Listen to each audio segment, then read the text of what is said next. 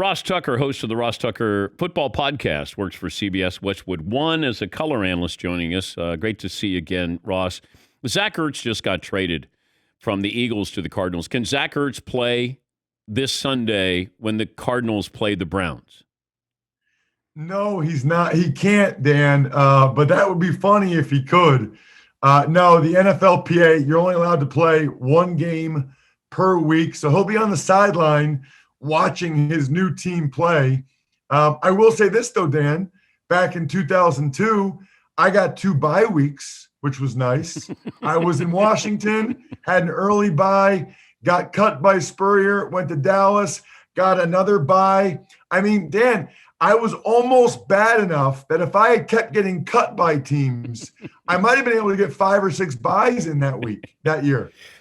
Do you have a favorite Steve Spurrier story? Oh, my gosh. So probably my favorite is that if there was even a threat of rain, I got 2. If there was even a threat of rain, he would cancel practice because Washington did not have an indoor facility.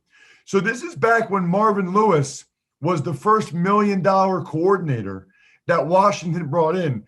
So it would drizzle and Spurrier would cancel practice and Marvin Lewis would be like, no, coach, we got to go. We got to practice.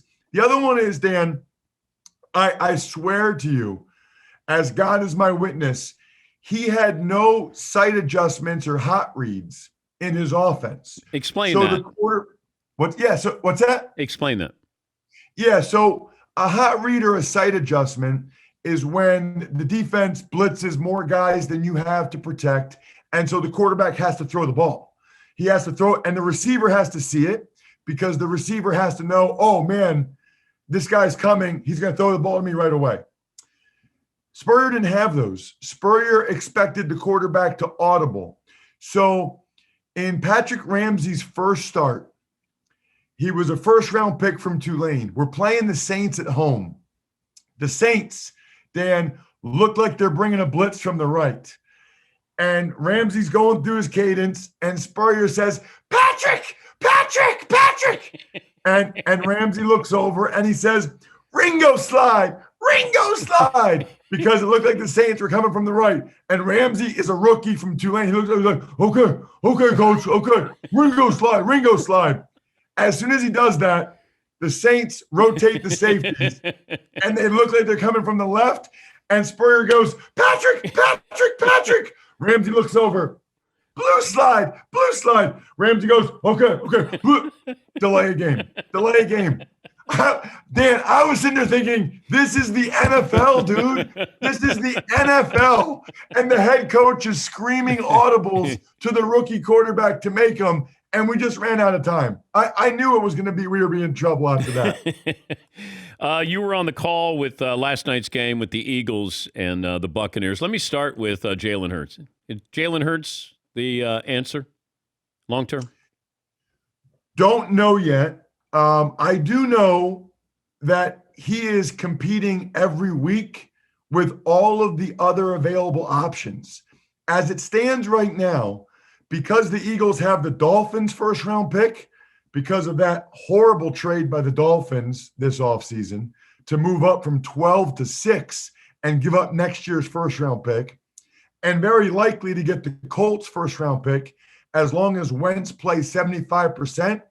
Right now, the Eagles have 3 picks in the top 8, I believe, and certainly top 10. Yeah. And a lot of people think veterans like Russell Wilson, Deshaun Watson, maybe even Aaron Rodgers are all going to be available, which is to say Jalen Hurts is essentially competing against all of the other options that will be available to the Eagles after this season because of their draft capital. Explain Brady doing it again. Now, granted, it's against the Eagles. He did have 2 touchdowns, did throw an interception. Was there anything of interest with Brady last night? He didn't throw a single bad pass in the first half. There was 2 incompletions. One, Cam Brate dropped. The other one, Antonio Brown, got pushed out. I was just about to tweet last night, Dan, at halftime, at Ross Tucker NFL. the guy is a robot. But then he actually had a couple bad throws in the second half. I don't know what happened to him, but he had a couple throws. You know why some people never give him the credit, Dan? It's because he doesn't do the spectacular like Rodgers or Mahomes or Josh Allen. And what he does, Brady's greatness is consistently doing the routine over and over and over and over again. And that's not on the highlights. Brady never makes people go, wow, when they're watching him play. The wow is that he's just good every single time. He's the NFL's version of Tim Duncan. Yes. That's a great comparison. It's like and you're to blame for this, by the way, Dan. We live in a highlight society. We live in a society that all anybody cares about is what's on SportsCenter or now what's on the internet. You started that with the awesome show at the mothership, the 4-letter network. But with every passing year, we care less about consistent performance and more about highlights and the special and the stuff that wows us. And nothing that Brady does wows us other than the success. I'm also wondering what happened here. What did I miss where it's open season on Patrick Mahomes, and now all of a sudden, people are going, I'd take Josh Allen over Patrick Mahomes. I'd take Justin Herbert over Patrick Mahomes. What happened here? Our attention spans are about 10 minutes, and he had a couple games where he had turnovers. I mean, he's still unbelievable, and the Chiefs defense is the worst in the NFL. I heard you yesterday or one of these days I was listening, and I heard you pump the brakes on having anybody better than Mahomes, and I'm with you. Like, Josh Allen's been great this year. Herbert's been great this year. I'm still taking Mahomes over anybody for the next 10 years. That guy is ridiculous, and a couple of turnovers and a terrible defense doesn't change that. Yeah, they're suddenly vulnerable, and I love Herbert and Josh Allen. I need to see a little bit more from them because we have seen more from Patrick Mahomes. I just think we're doing a disservice to Patrick Mahomes. They've never had a great defense. They've had a capable defense, maybe an opportunistic defense.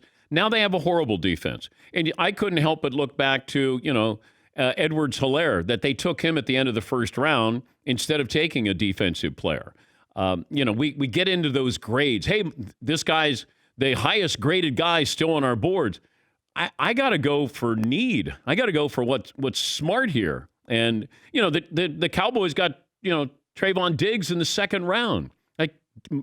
Granted, they got Micah Parsons in the first round, but the difference between the Cowboys and the Chiefs is the Cowboys have a defense. They have a couple of players who can play defense right now.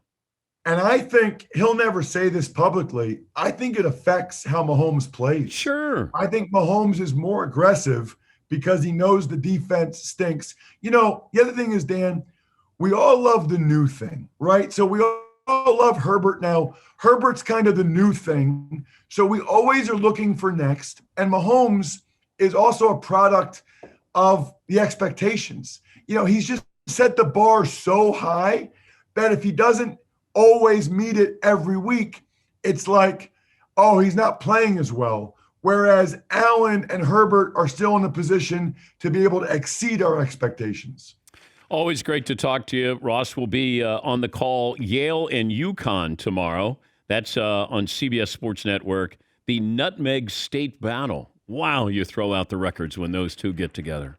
Listen, the Nutmeg State, this is for bragging rights in the Nutmeg State for decades. Tomorrow at noon, CBS Sports Network. Thank you, Ross. That's Ross Tucker, host of the Ross Tucker Football Podcast. Has anybody had nutmeg, by the way? We work in the Nutmeg State. I don't know if I've had nutmeg.